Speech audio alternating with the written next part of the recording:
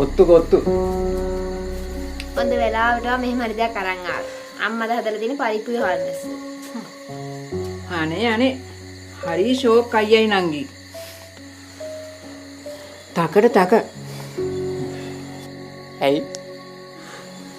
ඇයි කියන්නේ ළමයෝ මේ රෑ ජාමේ මේ පුරුටු අරගෙන රාය තනියම පාරවල් ගානේ රස්තියද වෙන්න හොඳ නැහැ. යක්කු පෙරේතු පිසාචියෝ පස්සෙන් එනවා. ඒ ආච්චිලගේ කාලයනේ. එහෙනම් ඉතින් අර කඩකාරයන්ට යකු ගහන්න එපා යම්මි. ඕගොල්ලෝ ඉතින් අපි කෙනේ වහන්න සූදානම් නැහනේ. හරි අපි දැන් ඔක පස්සේ කතා කරමුකෝ. දැන් යම්මට බඩගිනි. අනේ මන්ද ඔල ඕන එකක් කරගන්නillකෝ. මේ පුතේ ඔයා කාලා දාවේ. ඔව් අම්මි මං කාලා.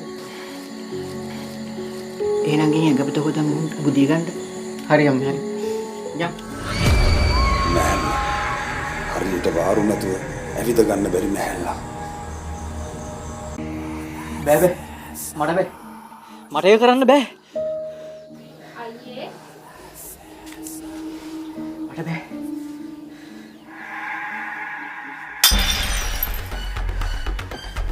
නංගි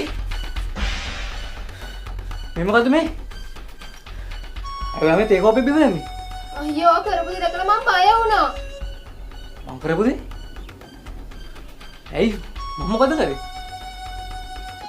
මොකද කියලා මේ උදේ පාන්දරම? මොකද මේ තේකෝ බිම දාලා? මගේ අතින් ලිස්සෝ මම මේක උගන්නේ. නෑ එපා. මම මොකක් කරේ අරන් එන්න. අත කපා ගන්න එපා. කොහෙද? මෙලෝ 100ක් තියෙන එකක් ඈ?